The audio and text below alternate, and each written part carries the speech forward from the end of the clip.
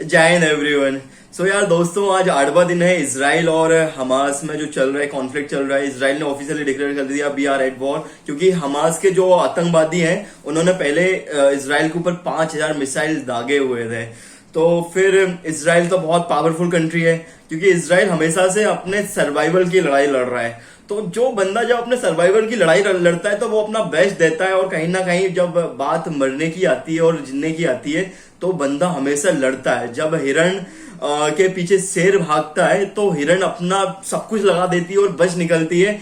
तो भाई जब बात सर्वाइवल की होती है तो इंसान अपना पूरा एफर्ट डालता है। तो इसराइल ने उसी हिसाब से, जब 1948 में इसराइल का गठन हुआ, इसराइल एज अ कंट्री बना हुआ था, तो पूरे वर्ल्ड की सहमति से, यूएन की सहमति से जब बना हुआ था, तो उसी टाइम पे उसके ऊपर उसकी नेबरिंग कंट्री ने वॉर डिक्लेयर कर दिया था।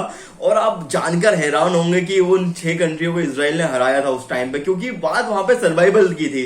तो आज काफी सालों बाद फिर से डबल से वो कॉन्फ्लिक्ट हुआ।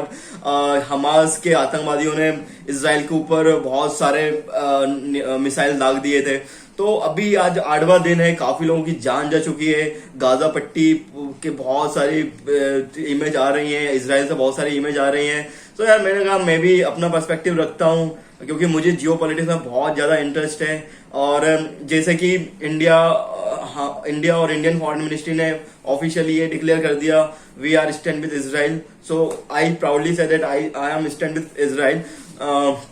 लेकिन अभी बहुत सारी चीजें ऐसी हो रही है इस वॉर में, बहुत सारे सिविलियन मारे जा रहे हैं, बहुत सारे सिविलियन मारे जा रहे हैं जिनको ना हमास के आतंकवादियों से मतलब है, ना उनको बस यार अपनी एक लाइफ जीनी थी।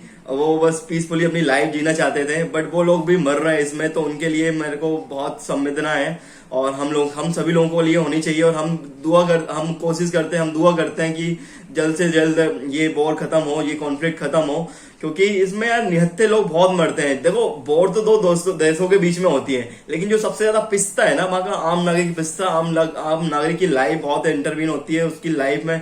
एक तरीके से यार पूरी डिस्ट्रॉय हो जाती है। अब देख रहे हैं हम कितने लोगों को देख रहे हैं जिनके किसी का भाई मर रहा है, किसी के फादर मर रहे हैं, किसी के बच्चे मर रहे हैं, किसी का कुछ हो रहा है। तो यार कितना डिस्ट्रक्टिव माहौल चल रहा है वहां पे।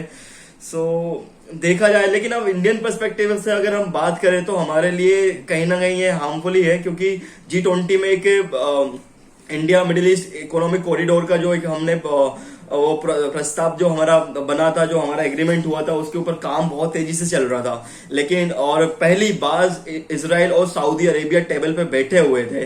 तो हमास के जो आतंकवादी थे उन्होंने बस टाइमिंग देखा कि यार इसराइल और सऊदी अरेबिया के रिलेशन बहुत सही हो रहे हैं, और जब इकोनॉमिक एक्टिविटीज होती है तो रिलेशन अपने आप सही हो जाते हैं, क्योंकि दुनिया कहीं ना कहीं इकोनॉमिक के उस पर ही चल रही है। आज यूएसए सबसे पावरफुल इसलिए क्योंकि उसकी इकोनॉमी बहुत बड़ी है।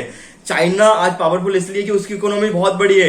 हमारा पावर अब हम महसूस कर पा रहे हैं वर्ल्ड में जितनी भी एक्टिविटीज हो रही है, हम अपना पावर महसूस कर पा रहे हैं, क्योंकि हमारी फास्ट एंड ग्रोइंग इकोनॉमी है। और आज हम प्राउडली बोलते हैं दुनिया के अंदर कि भाई हम अपना पर्सपेक्टिव रखेंगे, हम हमारी जो भी फॉरेन पॉलिसी हम वो रखेंगे, हम किसी के हिसाब से मैनिपुलेट अब नहीं होंगे। तो ये बस जिसके पास पावर बहुत ज्यादा है उसके ही पूरे देश दुनिया में वो होता है, वर्चस्व होता है।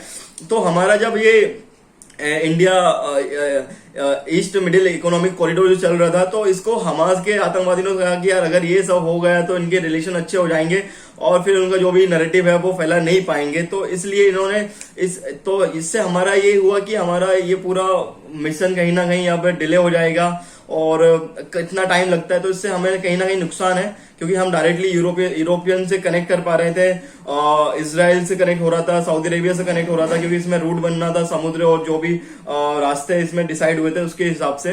तो कहीं ना कहीं अभी इसमें तो हमारा ये एक लॉस हुआ है। बाकी एज अ इंडियन हमारी संवेदनाएं हैं, जो भी इस वॉर में अफेक्ट हो रहे हैं, जो आम नागरिक अफेक्ट हो रहे हैं, उनकी लाइफ जा रही है, तो उनके लिए हमारी बहुत संवेदनाएं हैं। और हम प्रे करते हैं कि ये युद्ध जल्द से जल्द खत्म हो और स्थितियां सुधरें जल्द से जल्द। बाकी किसी भी देश में ये सारे कॉन्फ्लिक्ट होते हैं, जैसे अभी यूक्रेन रशिया में जो चल रहा है, तो आम नागरिक की ही लाइफ इंटरवीन होती है। तो इन फ्यूचर कोशिश बाकी देशों की यही रहनी चाहिए कि वॉर ना ही हो, टले ज्यादा से ज्यादा। लेकिन अब ये तो बहुत ज्यादा बढ़ने वाला है, बहुत सारी चीजें इसमें और होने वाली हैं, और भी कंट्रीज अगर एसोसिएट हो गई तो इसमें फिर ये बहुत ग्लोबल लेवल पे फैल सकता है। हिजबुल्ला वगैरह ने ऑफिशियली बोला हुआ है कि हम वॉर में उतर सकते हैं। सो वैसे तो होना जाना कुछ है नहीं, इसराइल सबको देख लेगा। इसराइल बहुत पावरफुल कंट्री है, उसने अपने आप को पावरफुल बनाया है हुआ है क्योंकि वो अपने वर्चस्व की लड़ाई लड़ रहा है यार। उसके आसपास पूरे दुश्मन घेरे पहले दुश्मनों ने घेर रखा है उसको, तो वो अपने वर्चस्व की लड़ाई लड़ रहा है और उसकी वर्चस्व की लड़ाई में उसने अपने आप को इतना पावरफुल बना लिया है कि उसको हराने के लिए मतलब वैसे तो हारने वाला नहीं है, लेकिन उसको हराने के लिए बहुत बड़ी पावर चाहिए। तो वो तुमसे तो ये होने नहीं वाला है। हमास ममास के जितने भी आतंकवादी हैं, और ये तुमने कायराना हरकत जो करी है वो बिल्कुल गलती है और उसका खामियाजा तुम्हें भुगतना पड़ रहा है। बाकी वो जो आम नागरिक मर रहे हैं उनके लिए हमारी संवेदना है।